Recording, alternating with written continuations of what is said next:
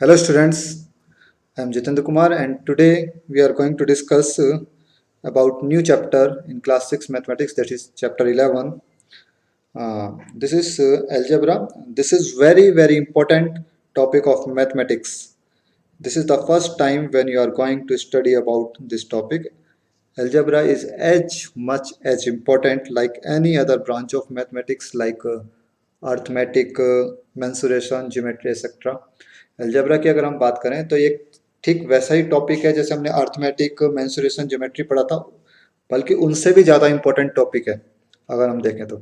अब क्यों है उनसे ज़्यादा इम्पोर्टेंट तो अलजेब्रा एक ऐसा टॉपिक है जिसका यूज हम ज्योमेट्री में भी करते हैं, मेंसुरेशन में भी करते हैं। ठीक है, हम जितने भी फार्मूलाज डिस्कस करते हैं, whatever formula we are going to discuss in mathematics, all those formulas can't be written without using the algebra. हम algebra का यूज किए बिना उन फार्मूलाज को डिस्क्राइब ही नहीं कर सकते। ओके, तो जो भी फार्मूलाज हम पढ़ते हैं, फार्मूलाज पे बेस्ड है पूरी मैथमेटिक्स अगर हम देखें तो। ठीक है ना, तो फार्मूलाज का एक इम्पोर्टेंट रोल होता है और अलजेब्रा के बिना फार्मूलाज को डिस्क्राइब नहीं किया जा सकता।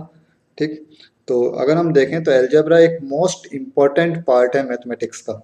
ठीक, यही वो एक ऐसा पार्ट है जिससे बच्चे सबसे ज़्यादा डरते भी हैं। ध्यान रखना, अर्थमेटिक बच्चों को सबसे ज़्यादा इजी लगता है। क्यों? बिकॉज अर्थमेटिक में हम क्या करते हैं, arithmetic is actually the branch of mathematics which deals with the study of numbers and its operation, that is like addition, subtraction, division and multiplication. Okay, but in case of algebra we will study about unknown quantities.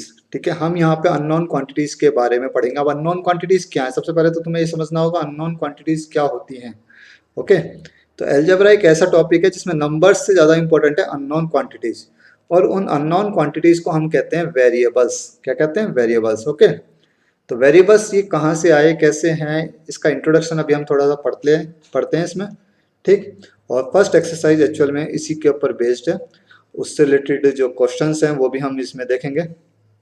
तो पहले हम देख लेते हैं कि algebra का meaning क्या है। ठीक है, तो ये हमारे पास एक फर्स्ट एक्सरसाइज है, दैट इज 11 पॉइंट कहाँ गया, यस, दिस इज 11.1। ठीक, and we will discuss all the questions in this video based on this topic. Yes, okay, so let us start our today's topic. Algebra क्या है पहले थोड़ा सा पढ़ लेते हैं, इंट्रोडक्शन क्या है। ठीक है, ये एनसीईआरटी बुक है और इसमें इंट्रोडक्शन जो दिया है पहले उसे पढ़ लेते हैं, उसके बाद फिर मैं थोड़ा अपने तरीके से समझाऊंगा। Our studies so far has been with numbers and shapes. अभी तक हमने जो भी कुछ पढ़ा है वो नंबर्स या शेप्स के बारे में पढ़ा है। ठीक है, नंबर्स के बारे में हमने जो भी कुछ पढ़ा है वो पार्ट होता है अर्थमेटिक का। ओके, वो अर्थमेटिक में आ जाता है, और जो शेप्स के बारे में जब हम स्टडी करते हैं तो वो पार्ट बनता है हमारा ज्योमेट्री का। इसके अलावा हमने जो शेप्स है उनकी डायमेंशंस के बारे में भी स्टडी किया था, वो पार्ट था हमारा मेंसुरेशन। अभी हमने जस्ट प्रीवियस चैप्टर जो स्टडी किया है that is called mensuration. Now we have learn numbers, operation on numbers and properties of number. हमने नंबर्स के बारे में पढ़ा, ऑपरेशन ऑन नंबर्स, नंबर्स के ऊपर जो ऑपरेशंस हम यूज करते हैं that is addition, subtraction, division and multiplication, उनके बारे में भी हमने पढ़ा। And the properties of number, और नंबर्स की डिफरेंट प्रॉपर्टीज के बारे में भी हमने पढ़ा था। Now we applied our knowledge of numbers to various problems in our life. हम नंबर्स का किस तरीके से यूज करते हैं अपनी लाइफ के अंदर, ये भी हमने सीखा है यहाँ पे। The branch of mathematics in which we study numbers is arithmetic, और उस ब्रांच को हम क्या कहते हैं जिसमें हम सिर्फ नंबर्स के बारे में स्टडी करते हैं, that branch of mathematics is said to be arithmetic. उसे हम कहते हैं अर्थमेटिक। मैंने जब ये अर्थमेटिक टॉपिक पढ़ाया था तब मैंने इसके बारे में बताया भी था। ठीक है, कई बार मैंने बताया है, जब भी मैं कोई नया टॉपिक, नई ब्रांच के बारे में पढ़ाता हूँ तो उससे रिलेटेड जो हमारी प्रीवियस ब्रांचेज है जो हमने ऑलरेडी पढ़ चुके हैं, ठीक है, उनके बारे में भी मैं जरूर डिस्कस करता हूँ। यहाँ पे तो फिर से दोबारा से एक बार आ गया है, अर्थमेटिक क्या होता है। Arithmetic is branch of mathematics which deals with the study of numbers. और हम मैथमेटिक्स की जब हम शुरुआत करते हैं, अगर हम कहें कि मैथमेटिक्स की जब हम स्टार्टिंग करते हैं तो अर्थमेटिक्स से ही स्टार्टिंग होती है। ठीक है, पहले हम नंबर्स के बारे में ही जानना शुरू करते हैं। Okay, now we also learn about figures. हमने फिगर्स के बारे में भी सीखा। ठीक है, तुम्हें फिगर्स बनाने के तुम्हें फिगर्स सबसे पहले सिखाया जाता है कि फिगर्स को ऑब्जर्व करो। ठीक है, कौन सी फिगर्स कैसी है, लाइक फिगर्स कैसी होती हैं। ठीक, उसके बाद तुमने फिगर्स को ऑब्जर्व करके तुमने देख लिया सर्कल क्या होता है, रेक्टेंगल क्या होता है, क्यूब, क्यूबॉइड वगैरह, तुमने फिगर्स को ऑब्जर्व करना सीखा। उसके बाद उनके बारे में स्टडी, उनकी प्रॉपर्टीज के बारे में पढ़ा। ठीक है, तो ये जो ब्रांच है उसे हम क्या कहते हैं, the branch of mathematics in which we study shapes is geometry. तो वो ब्रांच मैथमेटिक्स की जिसमें हम शेप्स के बारे में पढ़ते हैं। ठीक है, अलग अलग तरह की शेप्स के बारे में पढ़ते हैं, whether the shapes are in 2D, that is 2 dimension, और इन 3 डायमेंशंस। ठीक है, तो वो सभी जो शेप्स के बारे में हम स्टडी करते हैं वो ज्योमेट्री का पार्ट हो जाता है। And now we are going to be study another branch of mathematics and this is called algebra. इसे हम कहते हैं एलजेब्रा। ये अब ये एलजेब्रा है क्या और इसे हम कैसे यूज करते हैं वो भी देख लेते हैं थोड़ा सा। The main feature of the new branch which we are going to study in the is the use of letters. अब इस ब्रांच के अंदर हम करते क्या है, इसमें हम लेटर्स का यूज करते हैं, इंग्लिश अल्फाबेट्स का यूज करते हैं, like ABCD XYZ etcetera. Okay, तो ये जो लेटर्स हैं इनका यूज करके हम इस ब्रांच की स्टडी करते हैं। अब जरा देख लेते हैं मैंने जो टॉपिक लिखा है उसे, तो ज़्यादा हमें डीपली नहीं जाना फिलहाल, आप इसे खुद भी स्टडी कर सकते हैं थोड़ा बहुत, और इम्पोर्टेंट चीज़ पा जाते हैं। ओके, तो इम्पोर्टेंट पार्ट हमारे लिए क्या है यहाँ पे,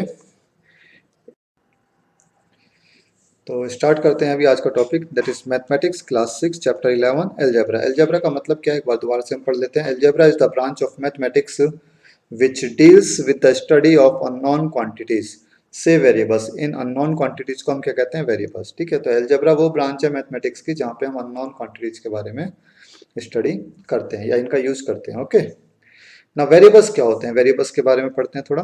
the unknown quantities present in any algebraic expression, किसी भी एल्जेब्रिक एक्सप्रेशन में जो अननोन क्वांटिटीज होती हैं उन्हें हम कहते हैं variable. The word variable means something that very. Variable का मतलब क्या है, वेरिएबल वर्ड का मतलब है समथिंग दैट वेरी, मीन्स जो चीज़ चेंज होती रहती है। ठीक, अब चेंज कैसे होती है उसका मैं एक एग्जांपल अभी तुम्हें दे दूंगा।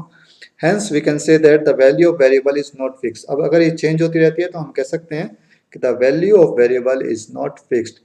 जो वेरिएबल है उसकी वैल्यू कभी भी फिक्स नहीं होती। It can change according to the condition, ये कंडीशन के अकॉर्डिंग चेंज होती रहती है। अब एक बहुत छोटा सा एग्जांपल मैं भी दूंगा। Variables are generally denoted by English alphabets से XYZ एक्सेट्रा।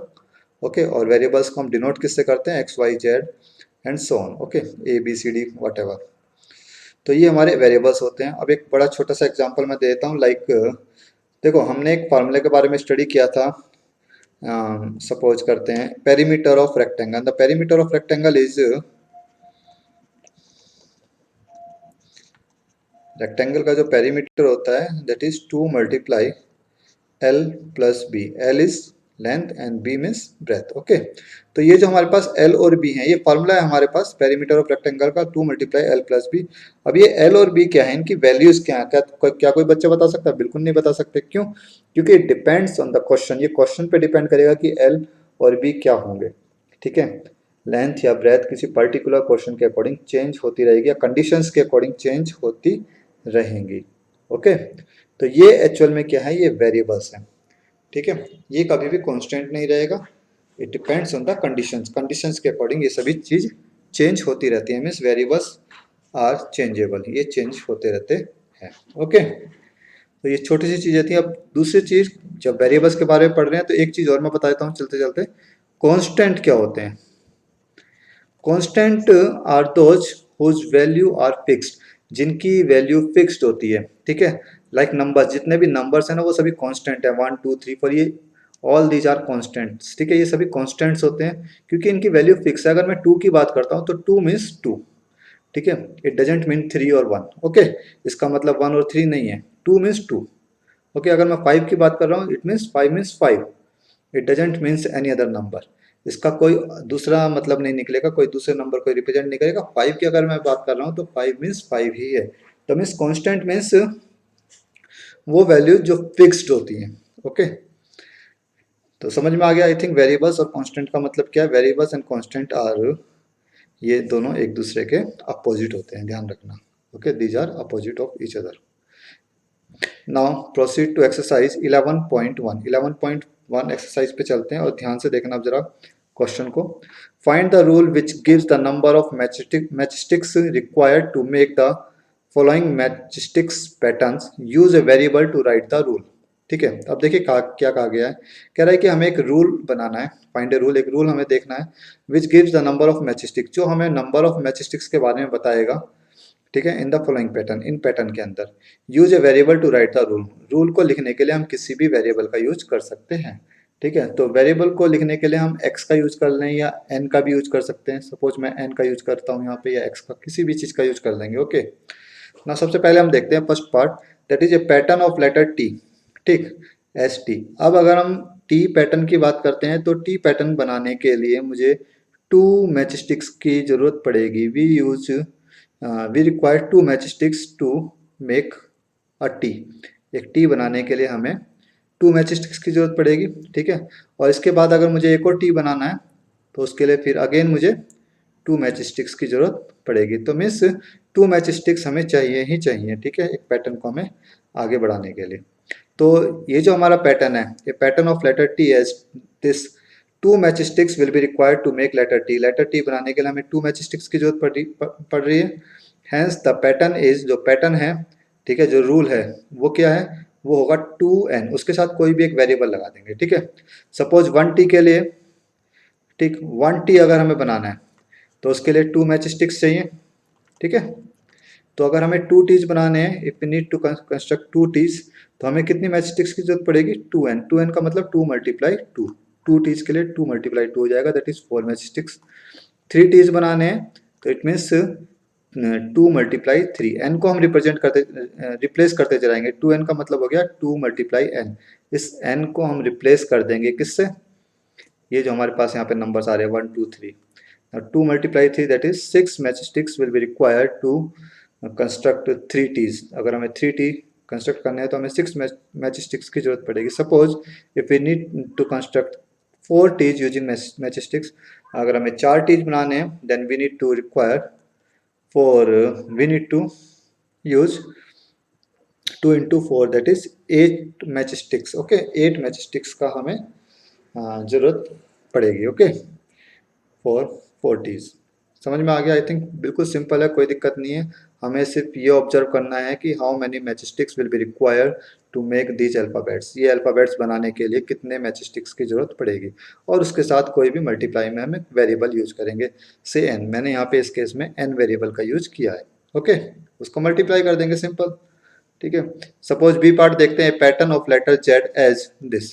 ठीक है, अब हमें एक पैटर्न बनाना है जेड का।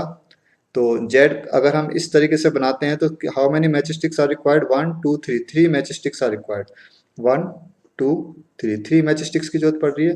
Since 3 matchsticks will be required to make letter Z, hence the pattern is 3n। तो पैटर्न क्या बना हमारे पास, 3n। ठीक है, तो this is the rule to represent Z. ठीक है, जेड का पैटर्न रिप्रेजेंट करने के लिए हमें जो रूल है वो हमारे पास क्या है, 3n। ओके, सिमिलरली अगर हम u की बात करते हैं तो अगेन u में हमें 3 मैचस्टिक्स की जरूरत पड़ रही है, द पैटर्न इज 3n। इस केस में 3n हो जाएगा। नाउ v बनाने के लिए हमें we require only 2 matchsticks, 2 matchsticks की जरूरत पड़ेगी। Since 2 matchsticks are required to make a letter v, hence the pattern is 2n। Okay, next is a pattern of letter e as this. तो how many matchsticks are required, 1 2 3 4 5। ठीक है, 1 2 3 4 5, तो 5 matchsticks are required। Since 5 matchsticks are required to make a letter E, hence the pattern is 5n। तो यहाँ पे pattern बन गया हमारे पास 5n। ओके, नाउ S की अगर बात करते हैं, how many matchsticks are required, 1 2 3 4 5, 5 matchsticks are required, hence the pattern is 5n। Okay, तो A की बात करते हैं, 1 2 3 4 5 and 6 matchsticks are required to make a letter A, hence the required pattern is 6n। Okay, तो ये बिल्कुल simple सा question था, question number 1। Now proceed to question number 2। We already know the rule of pattern of letter L C and F। L C और F का pattern हम पहले से जानते हैं। Some of the letters from question number 1, question number 1 के अगर हम बात करें, give us the same rule as that given bye L। तो L का जो पैटर्न बनता है, L में हमें 2 मैचस्टिक्स की जरूरत पड़ती है। ठीक है, we require 2 matchsticks in letter L। ठीक है, तो इसका जो पैटर्न होगा वो क्या होगा, 2n। ओके, अब हमें ये बताना है कि जो क्वेश्चन नंबर 1 में है, जो उनका सेम रूल है 2n वाला, ठीक है, विच आर दीज, वो ऐसे कौन कौन से हैं, कौन कौन से अल्फ़ाबेट्स हैं, and why does this happen, और ऐसा क्यों हुआ। ओके, तो पहले देख लेते हैं 2n वाले पैटर्न कहाँ कहाँ बनते हैं। क्वेश्चन नंबर 1 में देखिए, इसमें 2 मैच स्टिक्स चाहिए, तो ए में एक तो टी हो गया, यहाँ पे एक वी हो गया। ओके, और 2 मैच स्टिक्स कहाँ चाहिए, बस इन दोनों में जरूरत पड़ रही है ना, तो A and D. Okay, that is T and V, सिर्फ इन्हीं में जरूरत पड़ती है। तो चलते हैं जरा आगे, अब देख लेते हैं यहाँ पे हमने जो आंसर लिखा है यहाँ पे। Yes, okay, among all the letters given in question number 1 only L and V are the letters which require 2 matchsticks. ठीक है, सॉरी एल नहीं, T and V, T and V are the letters which require 2 matchsticks. सिर्फ T और V ही ऐसे हैं जिसमें 2 match sticks की जरूरत पड़ रही है, that is part A and part D. Okay, तो ऐसा इसलिए हुआ है क्योंकि इन केस में भी सिर्फ 2 ही मैच स्टिक्स की जरूरत पड़ी है, जैसा एल में हमें पड़ती है।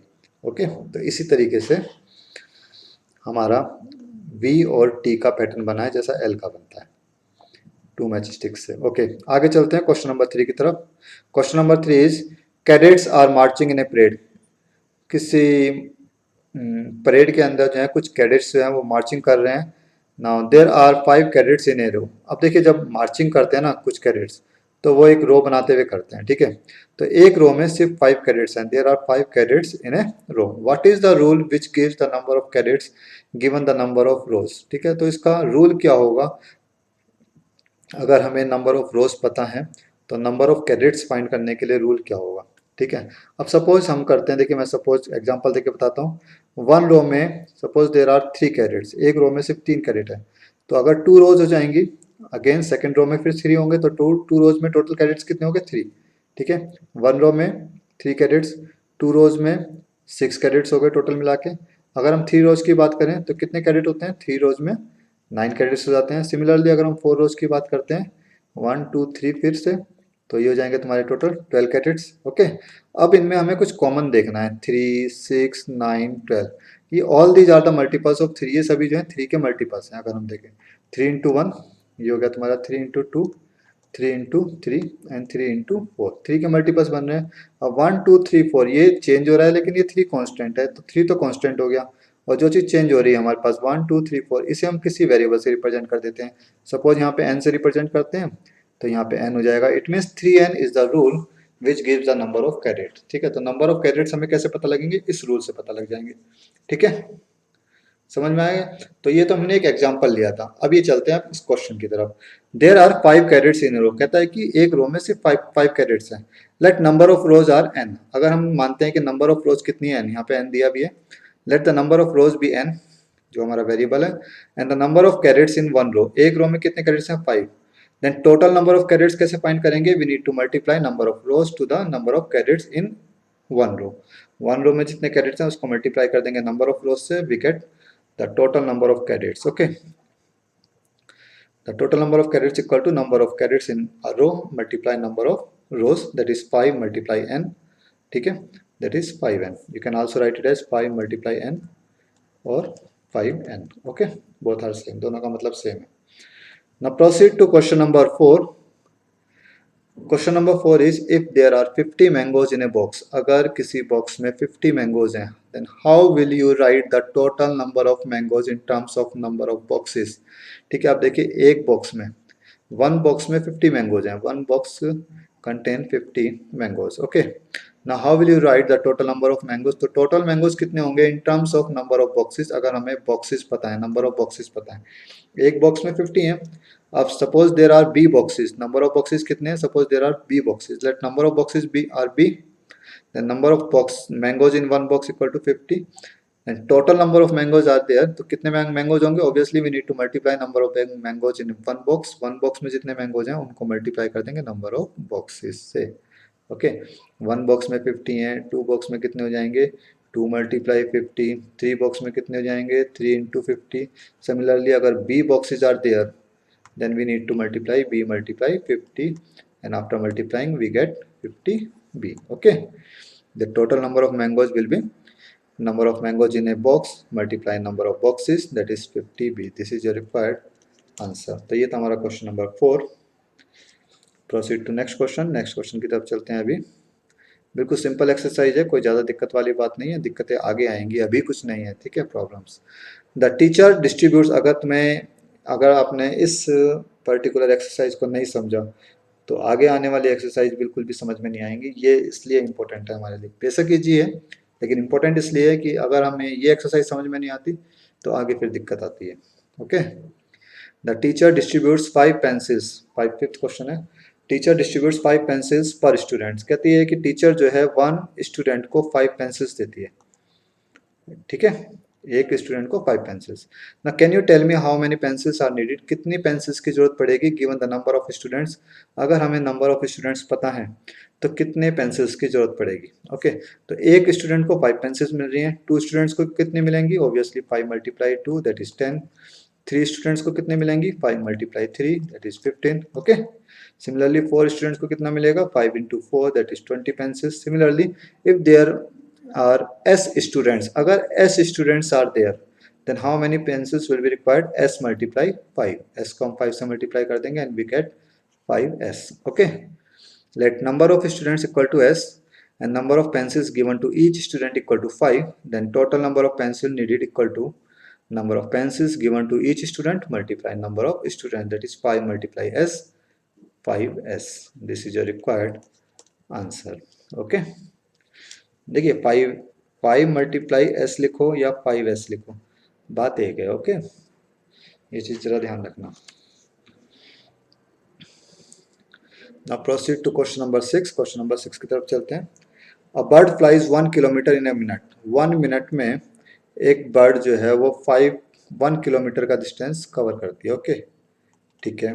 ना can you express the distance covered by bird in terms of its flying time in minutes, तो सपोज कि वो बर्ड जो है टी टाइम्स तक फ्लाई करती है, तो 1 मिनट में 1 किलोमीटर कवर कर रही है, तो टी मिनट्स में कितना कवर करेगी, obviously 1 get multiplied by T and in this way we will get only T. देखिए 1 को जो हम टी से मल्टीप्लाई करेंगे तो इसे 1t नहीं लिखेंगे, हम सिर्फ लिखेंगे टी। 1t भी लिखोगे तो वो भी सही है, लेकिन 1 का जो साथ में यहाँ पे इसे कहते हैं कोफिशिएंट, तो अगर किसी भी वेरिएबल का कोफिशिएंट 1 होता है तो उसे लिखने की जरूरत नहीं होती, ठीक है। Let flying time equal to T minutes, then distance covered in 1 minute, 1 minute में कितना डिस्टेंस कवर कर रही है but that is 1 kilometre. Then distance covered in T minutes में कितना डिस्टेंस कवर करेगी, obviously we need to multiply flying time by the distance covered in 1 minute, ठीक है। दोनों को मल्टीप्लाई कर देते हैं, 1 multiply T that is T kilometre, T kilometre distance will be covered by the bird in t minutes। okay, so this is question number 6। now proceed to question number 7। Radha is drawing a dot rangoli, Radha एक रंगोली बना रही है, dot rangoli, जिसमें dot का use कर रही है। Okay, dots बनाते हुए इस तरीके से। a beautiful pattern of lines joining dots with chalk powder, she has 9 dots in a row, वो एक रो में कितने डॉट्स बनाती है, 1 रो में वो 9 डॉट्स बना रही है। ओके, 1 रो में वो 9 डॉट्स यूज कर रही है, clear. now how many dots will हर रंगोली है for R rows, if there are R rows, अगर वो आर रोज बनाती है तो उसमें कितने डॉट्स होंगे, ऑब्वियसली 9 मल्टीप्लाई आर हो जाएंगे, that is 9r। Okay, also we need to find how many dots are there if there are 8 rows, अगर 8 रोज है वहां पे, ठीक है, तब कितने डॉट्स होंगे, and if there are 10 rows, अगर 10 रोज हैं तब कितने डॉट्स होंगे। तो हमें 3 चीज फाइंड करनी है, देखते हैं एक एक करके। Number of dots in a रो, एक रो में कितने डॉट्स हैं, 9। नंबर ऑफ रोज कितनी है, R. Then total number of dots in R rows, R rows में कितने डॉट्स होंगे, that is number of dots in a row multiply number of rows, that is 9 multiply R, 9r। तो ये आ गया हमारा फर्स्ट पार्ट का answer इसका। ओके, अब आगे चलते हैं। How many dots are there if there are 8 rows, अगर 8 रोज है वहां पे तो कितने डॉट्स की जरूरत पड़ेगी। अब देखिए 8 रोज है यहाँ पे, तो आर की वैल्यू हमें पता लग गई, यहाँ पे आर कितना है 8, तो आर को हम यहाँ पे पुट कर देंगे 9 multiply 8, in this way we will get the total number of dots. If number of rows equal to 8, अगर नंबर ऑफ रोज 8 हैं then number of dots in 8 rows equal to 8 multiply 9, यहाँ पे हमने are को replace कर दिया है 8 से, 8 multiply 9 that is 72 dots are there. Secondly if there are 10 rows, अगर 10 रोज हैं वहां पे इन, तब कितने डॉट्स की जरूरत पड़ेगी? If number of rows equal to 10, then number of dots in 10 rows is equal to 10 multiply 9। इस बार हमने r को रिप्लेस कर दिया, 10 से 9r था, तो 10 से रिप्लेस करेंगे जब r को, तो will get 9 multiply 10, that is 90। 90 dots are there. Okay, तो ये था हमारा थर्ड पार्ट का आंसर। ओके, तो ये हो गया हमारा question number I think 7। Now proceed to next question, question number 8। Leela is Radha's younger sister. Leela जो है वो राधा की यंगर सिस्टर है, छोटी बहन है। Okay, Leela is 4 years younger than Radha. जो लीला है वो राधा से छोटी है। ठीक है, कितने साल छोटी है? 4 साल छोटी है। ठीक है, यानी कि 4 साल छोटी है राधा से।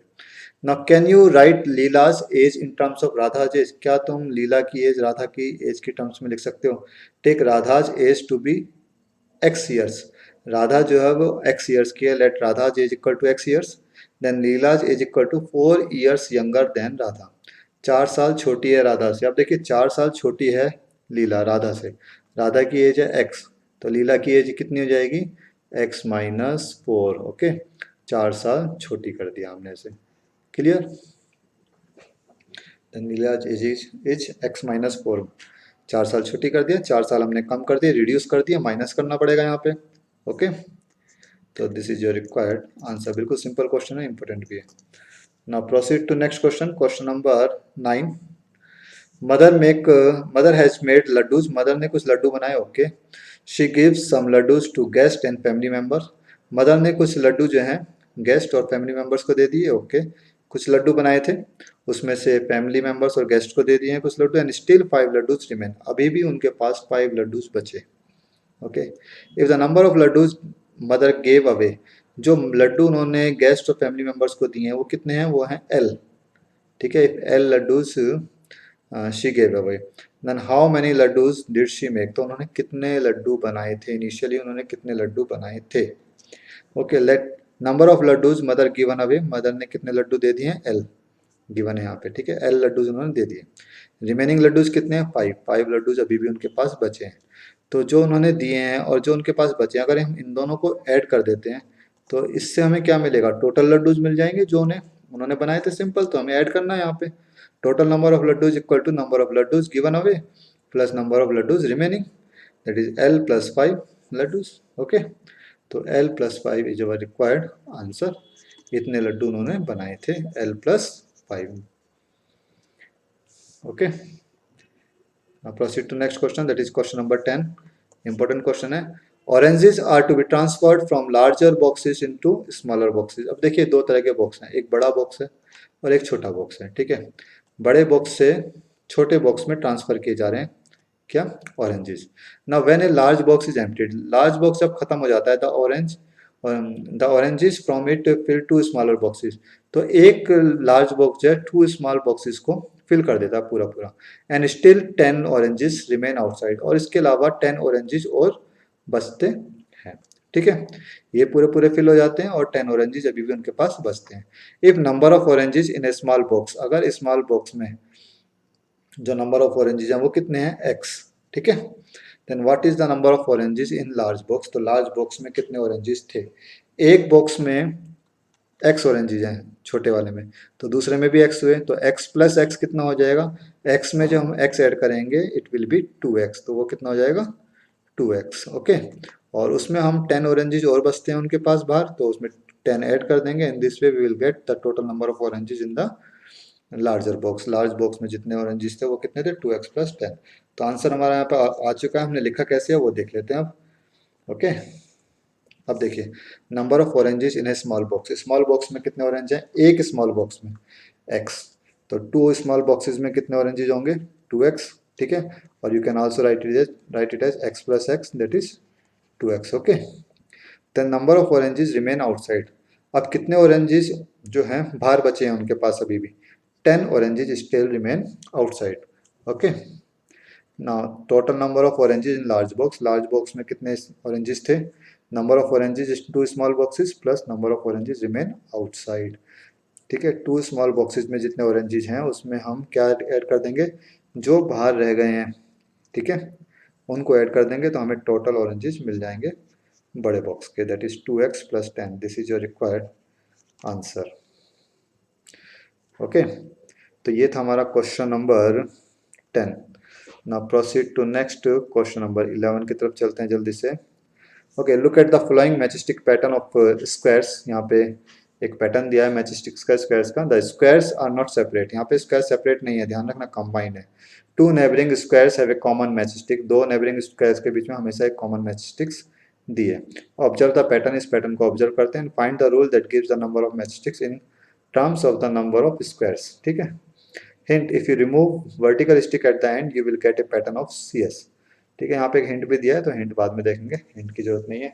अब देखिए, फर्स्ट मैच स्टिक्स में हमें कितनी, फर्स्ट पैटर्न में, फर्स्ट स्क्वायर में कितनी मैच स्टिक्स की जरूरत पड़ रही है, 4। ओके, सेकंड में अगर हम देखें तो कितने मैच स्टिक्स हमें चाहिए, 1 2 3 4 5 6 7। ओके, 7 हो गए यहाँ पे। नाउ थर्ड की अगर हम बात करें तो 1 2 3 4 5 6 7 8 9 10। ओके, तो 10 मैच स्टिक्स आर रिक्वायर्ड। अब अगर हम देखें इनके बीच में डिफरेंस कितने का चलता है, तो डिफरेंस चल रहा है यहाँ पे 3 का। इट मीन्स जो 3 पार्ट है वो इसमें कॉमन है। ठीक, तो अब अगर हम 4 को ब्रेक करना चाहें तो 4 को हम ब्रेक कर सकते हैं 3 + 1 में। ठीक है, सिमिलरली 7 को अगर हम ब्रेक करना चाहें तो वो हम ब्रेक कर सकते हैं 6 + 1 में। सिमिलरली 10 को अगर हम ब्रेक करना चाहें तो वो हो सकता है 9 + 1। अब अगर हम यहाँ देखते हैं तो ये हमारा 3 का टेबल चल रहा है, 3 6 9 और उसके बाद फिर 12 आ जाएगा, 12 + 1 ओके 13 आ जाएगा। यहाँ पे काउंट कर सकते हैं, 13 मैच स्टिक्स आर देयर। ठीक, तो ये एक पैटर्न बन गया हमारे पास 3, और 3 का टेबल चल रहा है तो इट मीन्स 3n हो गया और +1। तो this is the pattern we follow in this picture. ठीक है, इस पिक्चर का जो पैटर्न है इसके अंदर हम इस रूल का यूज कर रहे हैं, 3n + 1 मैच स्टिक्स का। तो अब आगे देख लेते हैं, मैंने यहाँ पे लिखा हुआ भी है, number of match sticks in the pattern are 4 7 10 and 13 which is 1 more than the thrice of the number of squares in the pattern. ठीक है, तो स्क्वायर्स में, एक स्क्वायर में जितना भी मैच स्टिक्स की जरूरत पड़ी है उसमें 3 से 1 ज़्यादा है। ठीक है, 1 more then thrice of the number of squares in the pattern. Now therefore the pattern is 3x + 1। वो मैंने आपको बना के भी बता दिया कितना बना है, वो 3x + 1 where x is the number of squares।